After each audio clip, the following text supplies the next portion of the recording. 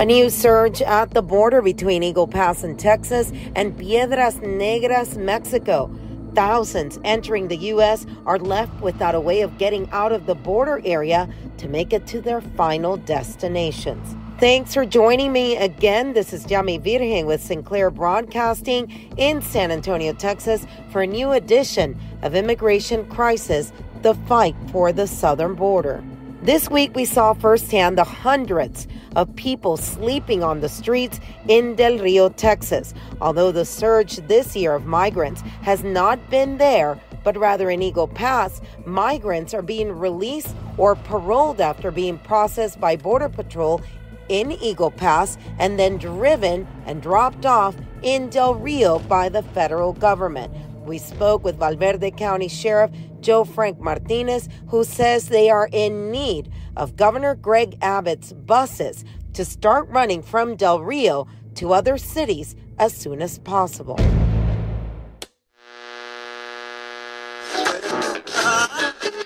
Let's start from the beginning. Why are they walking now? So they're walking because some of these people don't have funds to get their bus ticket, to get their transportation arrangements made here in Del Rio, so they're walking to their next destination. The buses that were coming from here were from the governor's office. They no longer are coming. They're no longer, they moved to Eagle Pass. I guess there was more traffic down there for them to go down there, so they're down there. Okay. About how many people are we talking about? And what day did it start? So it started 2-3 weeks ago, little by little. The number started increasing here because of what was going on in Eagle Pass and what Border Patrol, the pressures that they were under, so there had to be more releases done in a more timely manner. There were people being released to the NGO. Some of those folks didn't have money to purchase their transportation. This NGO here does not fund any transportation expenses out of Valverde County or Del Rio.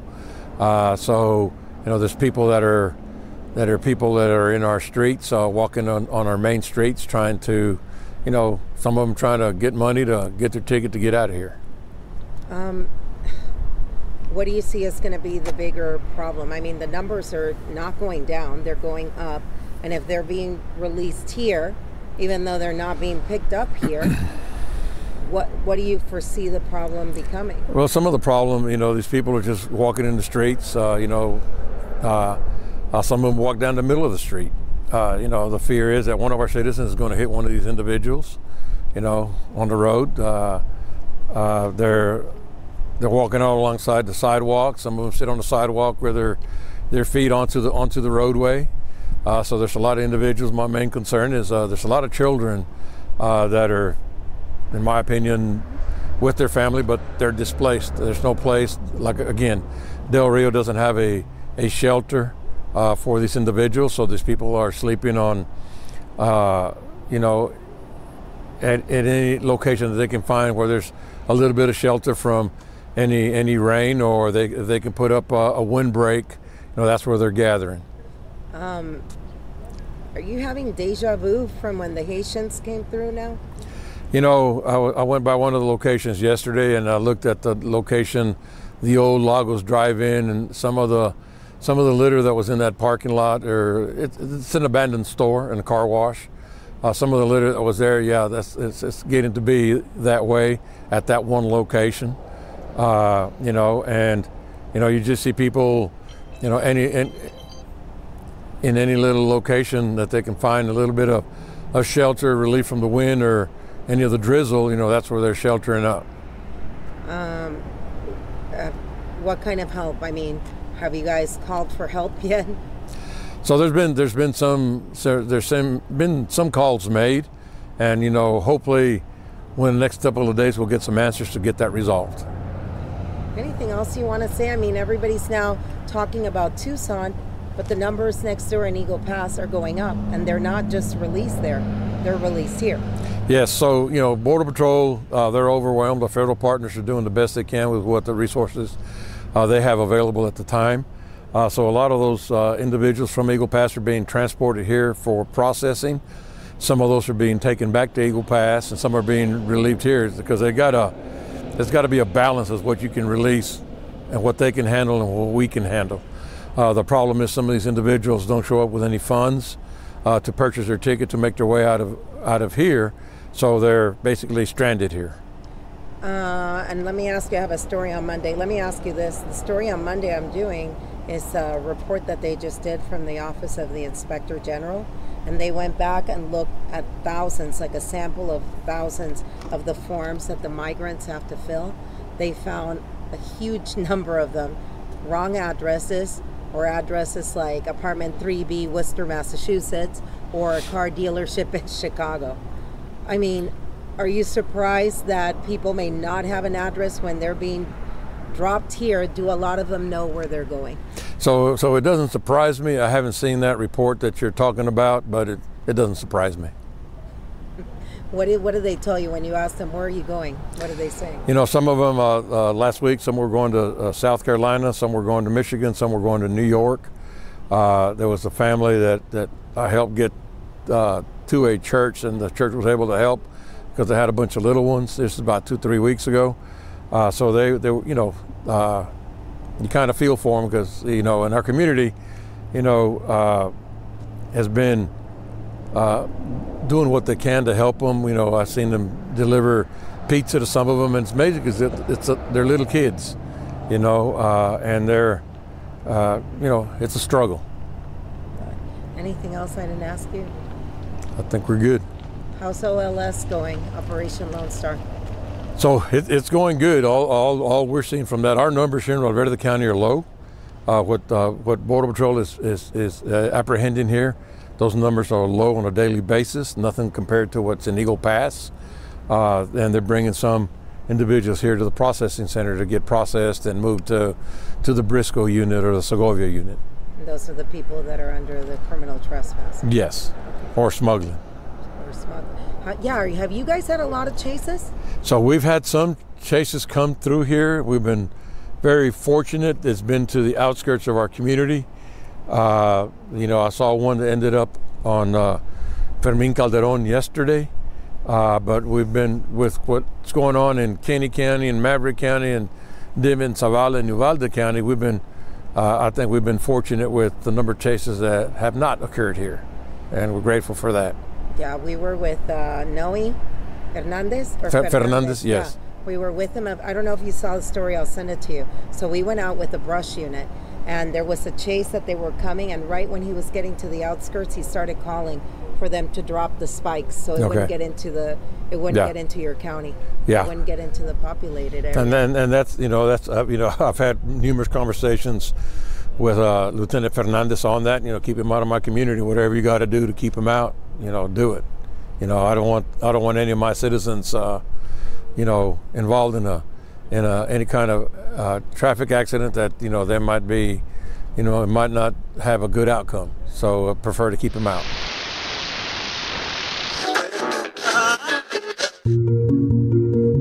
Once in the United States, where did these migrants go and how are they being tracked? A new report from the Office of the Inspector General shows that thousands have given wrong information or no information at all. Ari Jimenez, retired head of Homeland Security Investigations, explained some of the problems the surge of migrants, sometimes 2,000 to 3,000 of them entering a day, has caused.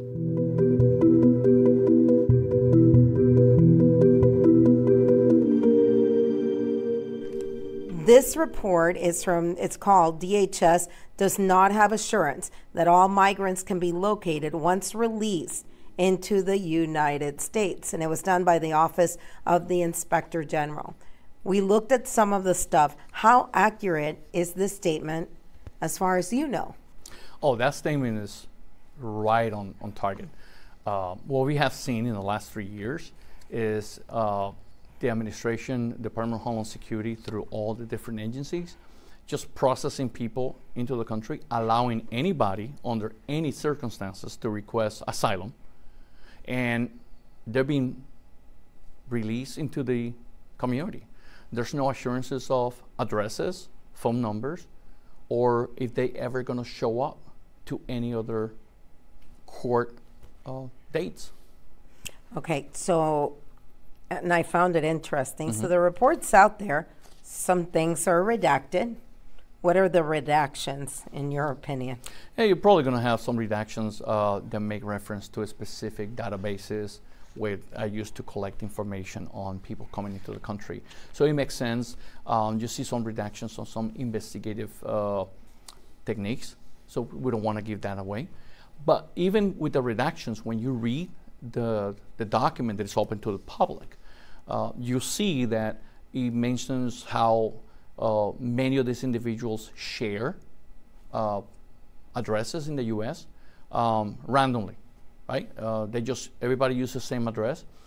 That in the past was a sign that there was something wrong, right? You have 200 or 300 people assigning, I'm going to be in this address. Remember, we're looking at individuals coming into the country and making sure they can prove that they're not going to be a burden to society. They're not going to be a burden to the economy. So they lie about where they're going to be staying. They either share an address from somebody else, and that's used thousands of times. They can share an address of a location, and you see the same address from the same house or apartment, utilize it thousands of times.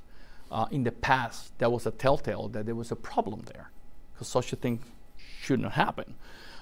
You also have the situation where they provide you a fake address, maybe a vacant lot, maybe an abandoned building, or it could be an apartment address randomly selected from anywhere on a search on the internet, and nobody's checking because the administration is not allowing Immigration and Customs Enforcement fugitive apprehensions or the gangs unit to go out and find people. So they give you the address. Most of the databases, as you see in the report, have incomplete addresses. So they're never going to be found. Once they're released, they're in the wind. This one says more than 54,000 address records were blank. So we have talked in the past about the lack of background investigation and vetting that these individuals have been coming to the country in the last 3 years specifically. The administration always tells you, no, it's strong vetting, we know what's happening. That's an example, completely empty addresses. How is the administration going to communicate with those individuals to let them know when their cases are off for immigration court? Of course, there was, from the beginning, it's telling you that it was never intended to happen. We remember the 100,000 Afghanis that were brought in 2 years ago during the withdrawal in Afghanistan. What vetting was conducted? By who?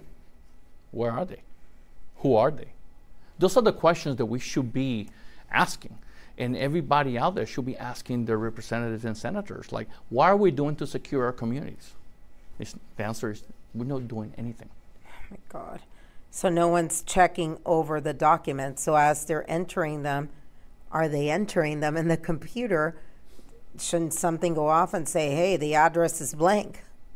So Border Patrol agents at the border are overwhelmed. And we have talked in the past about how about 80% of the Border Patrols, instead of being holding the line, they are assigned to administrative jobs, administrative duties. They're taking information from the individuals. They don't have time to verify those addresses because it's just inputting data. They're data entry. Now, in the past, Immigration and Customs Enforcement, Homeland Security Investigations, they will conduct investigations, they will vet these addresses, they will find out. There's a lot of investigative techniques that can be utilized to identify this.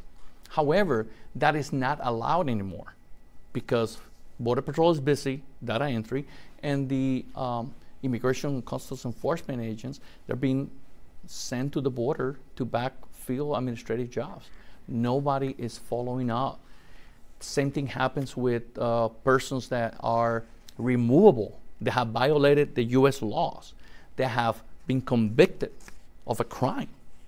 Many of them felons, and they're in jail, and when they're being released from jail, they're releasing to the public because nobody's coming to pick them up.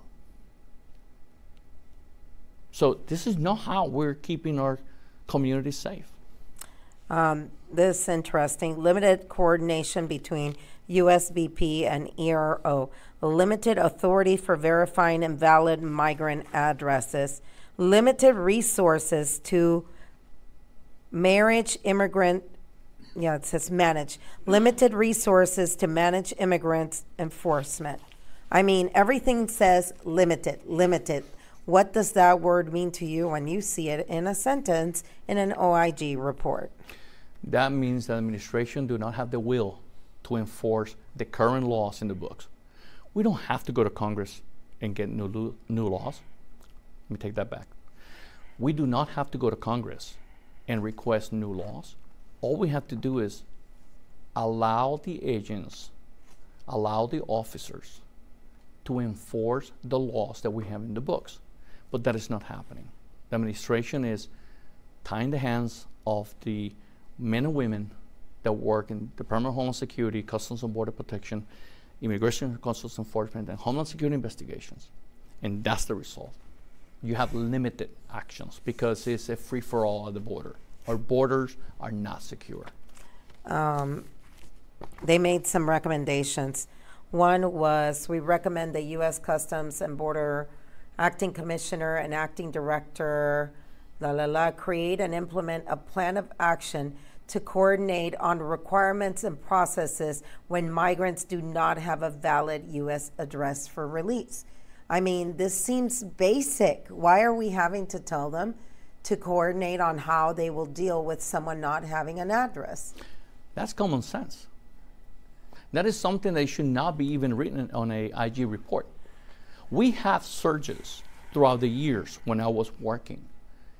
And every time, with the limited resources we had, without getting any more resources, we always process the individuals, we stop the craziness at the border, and we protected our communities. Why? Because we were enforcing the law. And people knew that if they were caught and they have a criminal history, they were a prior deport, or they were an alien with a felony, they were going to be immediately returned after doing some sting in jail. That's not happening. Immigration and Customs Enforcement will go to the jails and identify the individuals that were deemed removable. Why? Not because they were illegal in the country. They were deemed removable because they violated the U.S. laws and they already served time in our prisons. And now that they were going to get released, it was time for them to go. Do you see any of this being corrected anytime soon before the elections?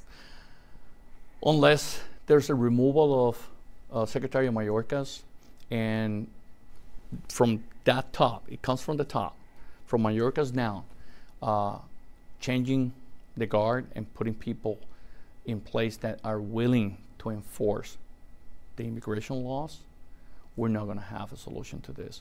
And maybe it's still 1 year before the elections, with everything happening at the border and everything we've seen with violence, with new weapons, with seeing the cartels modifying their tactics. I don't know if what's going to happen in 1 year. So somebody has to start working right now. Can we turn the tide? Yes. Will it take a lot of effort? Yes. But the one thing they need is the will to enforce our laws.